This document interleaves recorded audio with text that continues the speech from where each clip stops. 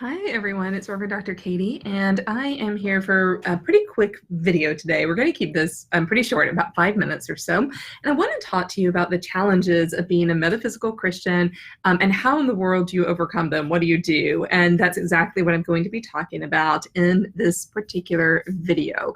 So I know that it can be really hard when there's other people in your sphere and you're wanting to explore all these things. You know that if you mention like angel cards or chakras to someone, they may flip out and you're not quite sure what you think about them yet. You don't know how to articulate it. And that can get you caught in this vicious loop where you never actually move forward, where you don't really explore to the full extent that you want to explore. And then you feel stuck. You kind of get in this loop of kind of taking one step forward, but then not 2 steps back, more like 5 steps back. And yeah, this kind of seesaw feeling. It's not fun at all. So this is a challenge. This is a major challenge. And the questions that came into me about what are your challenges kind of revolve somewhere around this. So that's what I'm going to focus on today. If you have other questions I don't answer, please just comment below so that I can respond to them. All right. So what do you do? What do you do? The answer for this is, of course, to really get in tune with your own self, to really find that vibration that resonates deep inside of you. And that's what you hold on to. You have to find out where that's authentically true and where that is expanding the most so that you can move forward in really creative and really dynamic ways. When you find that core something inside of you, and that core something is, of course, your higher self. It is God. It is the Holy Spirit. It is all of that resides deep inside of you, because Christ came to abide in us. And we know that that is true. And with that abiding in us, we then have the courage to move forward and to do the things that we are being called to do, to explore the things that we're being called to explore. So kind of hack number 1, you actually don't have to tell people about this right away. When you first start to explore, you can begin to explore on your own. When you have that deep intuition, that deep resonance, you will know what is true for you. There was a comment thread earlier in the Facebook group. If you're not part of the Facebook group, if you're watching this on YouTube, come on over. This is the Facebook group, the Metaphysical Christian. So you can find us on Facebook and join. But we were having a comment thread earlier, and someone commented, I really appreciated this. Thank you for the person who made the comment, that when I speak with people, when I work with people, I never tell them actually what to think. I never tell them this is right or this is wrong. I can tell you what my experience is, but I'll almost always say, what feels true for you right now? What is blocking you? Is it fear that's blocking you? Living as a metaphysical Christian requires that we're always looking at fear and gently dealing with it, gently removing it, gently finding out what we need to know in order for it to dissolve in our lives. And I will never say this is exactly what is true or not. I'll always ask you to look for your own inner truth. We're all on our own journey, and I am a companion on that journey for you. I have expertise in some areas. I will always share expertise if I have it, but I'll never tell you exactly what to think, because why would I? You have your own brain, your own soul, and I am here to help you on that journey, find out what it is that is most true for you at that moment in time.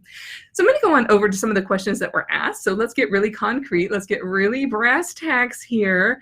Okay, so someone commented that, and I don't use names on this, but you all know who you are. Someone commented that they've been feeling the universe pulling at them. They've been feeling God speaking to them, and it's gotten their attention, which is yay, that's so beautiful. So this is a great question. How do you know that you are interpreting your messages clearly, or you're receiving them clearly and interpreting them correctly? So exactly what I was saying before, our messages that we receive are always going to be filtered by us, by your personality, by your experiences, by your fears, by your joys, by your courage. All of those will filter those messages a little bit. And you know what? That's okay, because you are you and you are created to be you. So let's get comfortable with that idea first.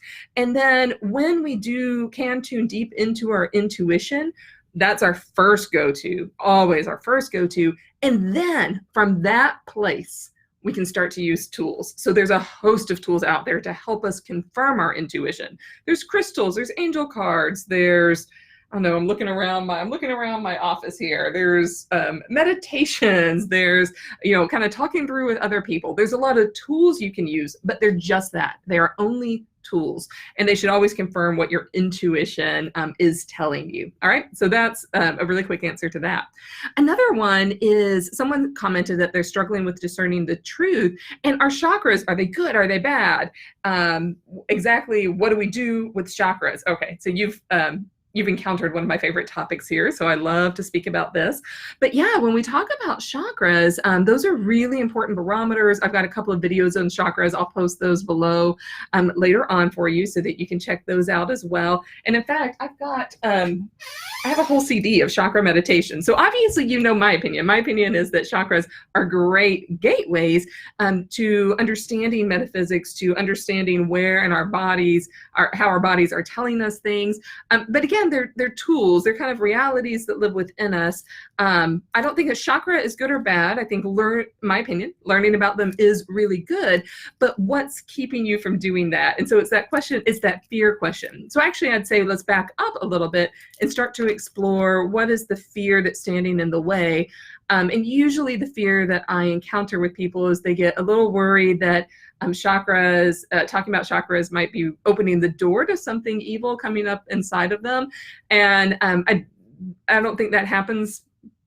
I don't really actually ever think that happens, but I think that fear is very real, and that fear will keep us from exploring. So let's deal with the fear first, and then we can deal with learning about the chakras second after that. Okay, the next question is kind of complex, so I'm gonna boil this down just a little bit. And this is some content questions, so I'm not going to go over all the content. But for instance, is astral projection the same thing as loosening a silver cord, and is it sinful? Okay, so that's a really, really big topic. I'm going to save it for another Facebook Live, but I think the same answer applies. Is it sinful in and of itself? Let's deal with that, the fear around that first, and then we can talk about starting to explore things like that. But I love this next question. It seems like having a childlike faith makes people think that you are nuts. So this question has a lot more parts to it, and they're all really good, but I'm just going to address that one first. Yeah, and so I think this is probably the hardest part about being a Christian, being a really faithful Jesus follower, who also likes to talk about these topics, who wants to explore these topics and bring them into their daily faith reality. When we do that, other people can start to think that we're not faithful, or that we're exploring, that we're, I don't know, that we're tiptoeing outside the dimensions of reality. When in fact, when we do this in a safe way, we know that the exact opposite is true. We're enhancing our faith. We're expanding our sense of reality. We're tapping even more into the great divine, which, I think is just beautiful. And so this is probably the toughest part. How do we talk to other people about this? Again, I'm going to go back to what I said at the beginning. You don't have to do that right away. You can take your time, and you have to figure out what you think about it first and really feel unshakable deep down in your soul. You have to feel unshakable but expandable deep down in your soul. Then we can start to talk to others about this when you are called to, when you're called to, and when you feel really secure in your own self. Okay, so I'm going to keep it right there for right now.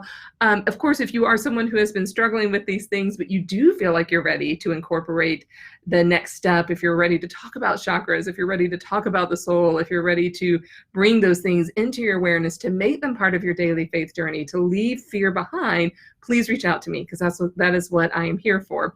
Of course, I said this would be 5 minutes. It's right at 9 minutes. Sorry, everyone, but I think it was time worth spent, because I loved engaging with all of your questions. So have a beautiful day. You will be in my prayers. I hope I will be in yours, and I will talk to you soon. Bye-bye.